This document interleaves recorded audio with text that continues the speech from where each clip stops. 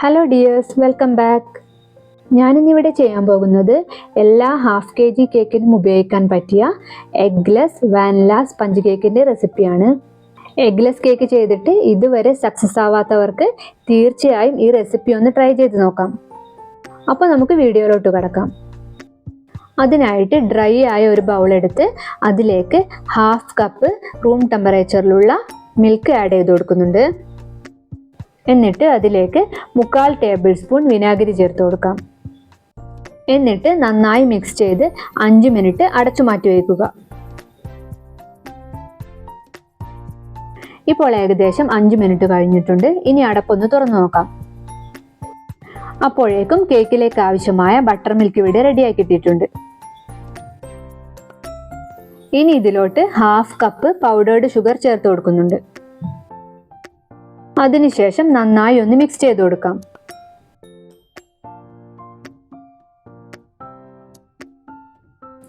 ഇനി ഇതിലോട്ട് 1 teaspoon baking പൗഡറും ഹാഫ് ടീസ്പൂൺ ബേക്കിംഗ് സോഡയും കൂടി ചേർത്ത് കൊടുക്കാം.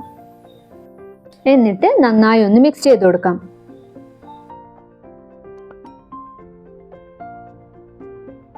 അതിനുശേഷം വീണ്ടും ഒരു 5 മിനിറ്റ് കൂടി അടച്ചു വെച്ച് കൊടുക്കാം. ആ സമയം കൊണ്ട് നമുക്ക് ഡ്രൈ ഇൻഗ്രീഡിയൻസ് റെഡിയാക്കി വെക്കാം. അതിനായിട്ട് ഞാൻ 1 കപ്പ് മൈദ ആഡ് ചെയ്ത് കൊടുക്കുന്നുണ്ട്. എന്നിട്ട് അതിൽ നിന്നും 1 ടേബിൾ സ്പൂൺ മൈദ റിമൂവ് ചെയ്ത് അതിലേക്ക് 1 ടേബിൾ സ്പൂൺ കോൺഫ്ലോർ ആഡ് ചെയ്ത് കൊടുക്കുന്നുണ്ട്. കൂടാതെ 1 നുള്ള് ഉപ്പ് കൂടി ചേർത്ത് കൊടുക്കുന്നുണ്ട്. അതിനുശേഷം എല്ലാം കൂടി നന്നായി ഒന്ന് അരിച്ചെടുക്കുന്നുണ്ട്. എന്നിട്ട് ഒരു വിസ്ക് വെച്ച് നന്നായി ഒന്ന് മിക്സ് ചെയ്ത് കൊടുക്കാം. ഒന്നുകിൽ 3 തവണ അരിക്കുകയോ അല്ലെങ്കിൽ 1 തവണ അരിച്ച് വിസ്ക് വെച്ച് നന്നായി മിക്സ് ചെയ്തെടുക്കുകയോ ചെയ്യണം. എന്നിട്ട് ഇതൊരു സൈഡിലോട്ട് മാറ്റി വയ്ക്കാം. ഇനി നേരത്തെ അടച്ചു വെച്ചത് തുറന്നു നോക്കാം. ബേക്കിംഗ് പൗഡറും ബേക്കിംഗ് സോഡയും വിനീഗറും എല്ലാം കൂടി നന്നായി റിയാക്ട് ചെയ്തിട്ട് ബബിൾസ് ആയി വന്നിട്ടുണ്ട്.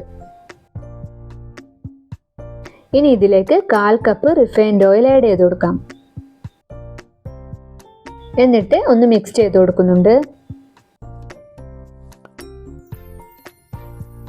അതിനുശേഷം ഇതിലോട്ട് 1/2 ടീസ്പൂൺ വാനില എസൻസ് കൂടി ചേർത്ത് കൊടുക്കാം.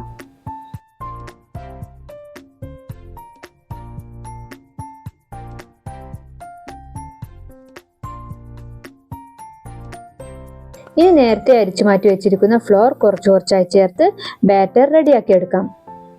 ഒട്ടും കട്ടകളില്ലാതെ വേണം ബാറ്റർ റെഡിയാക്കി എടുക്കാൻ. എഗ് ഉപയോഗിച്ച് ചെയ്യുന്ന കേക്കിൽ ഫ്ലോർ വളരെ സാവധാനം മാത്രമല്ലേ മിക്സ് ചെയ്തെടുക്കുന്നത്. എന്നാൽ എഗ്ലെസ് കേക്കിന് അതിൻ്റെ ആവശ്യമൊന്നുമില്ല. എന്ന് കരുതി ഫ്ലോർ കുത്തി ഇളക്കി മിക്സ് ചെയ്യാനൊന്നും പാടില്ല. ഒരു നോർമലായ രീതിയിൽ മിക്സ് ചെയ്യുക.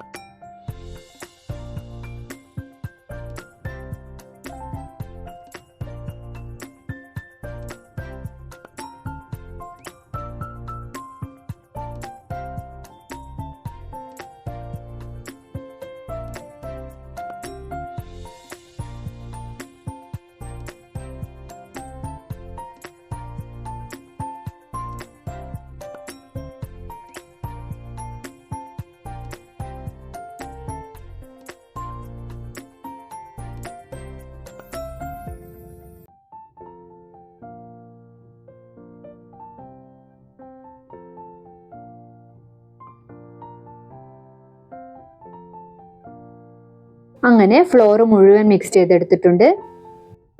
ഇനി ഒരു സ്പാച്ചുല ഉപയോഗിച്ച് ഒന്നുകൂടി മിക്സ് ചെയ്തെടുക്കാം.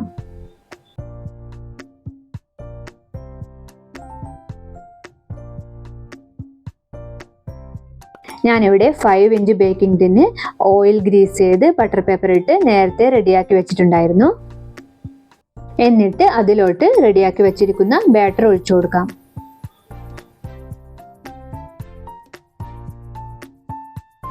അതിനുശേഷം ഇതുപോലെ ഒന്ന് ഇളക്കി കൊടുക്കുന്നുണ്ട്. എന്നിട്ട് എയർ ബബിൾസ് ഒക്കെ പോവാനായി നന്നായി ഒന്ന് ടാപ്പ് ചെയ്ത് കൊടുക്കാം. ഞാനിവിടെ ഓവനിൽ വെച്ചാണ് കേക്ക് ബേക്ക് ചെയ്തെടുക്കാൻ പോകുന്നത്.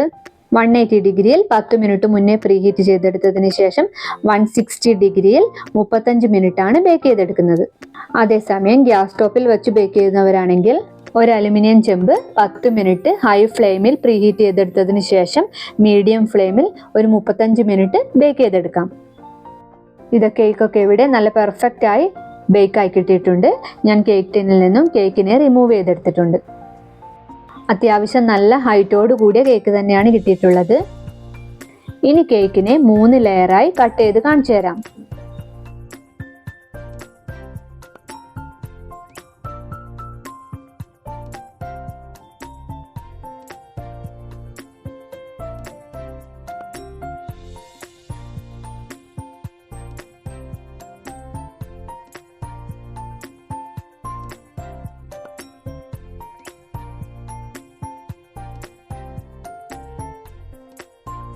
അത്യാവശ്യം നല്ല തിക്നെസ്സോട് കൂടിയ ലെയർ തന്നെയാണ് കിട്ടിയിട്ടുള്ളത്. എല്ലാവരും ഈ റെസിപ്പി തീർച്ചയായും ഒന്ന് ട്രൈ ചെയ്ത് നോക്കുമല്ലോ. അപ്പോൾ വീഡിയോ ഇഷ്ടമായാൽ ലൈക്ക് ചെയ്യാനും എൻ്റെ ചാനൽ സബ്സ്ക്രൈബ് ചെയ്യാനും മറക്കില്ലല്ലോ. Thanks for watching.